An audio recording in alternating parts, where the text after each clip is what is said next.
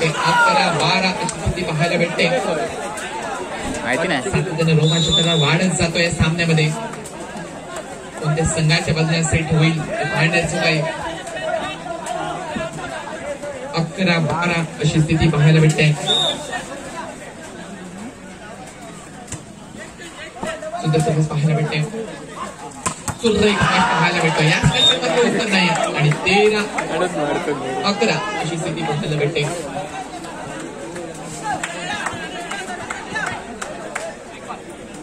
13-11 अशी स्थिती.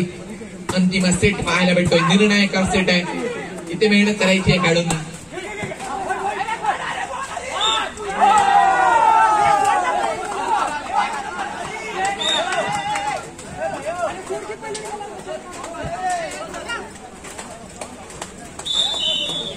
बारा 13 अशी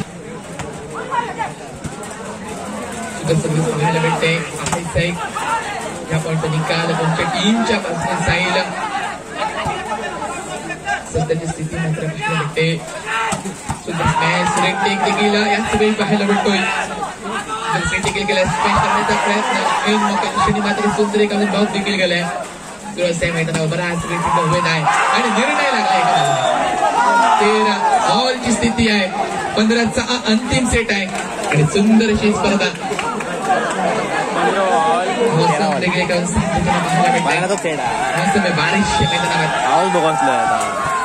थोड्याच वेळात लागेल सामन्यांचा यावेळेस.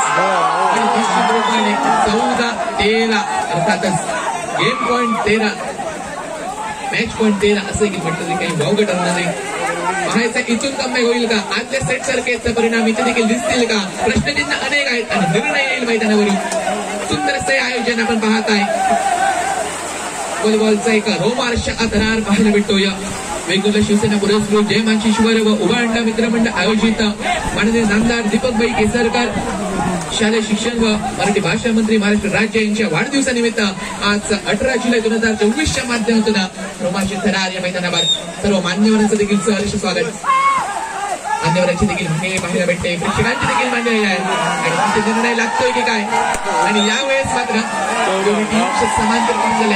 अर्थातच पुन्हा एकदा थरार पाहायला भेटेल. डिफरन्स पाहायला भेटेल. प्रथमेचे 2 पॉईंट घेईल तो विजय होईल. पुन्हा एकदा जर समांतर झाले तर पुन्हा एकदा पॉईंट वाढतील.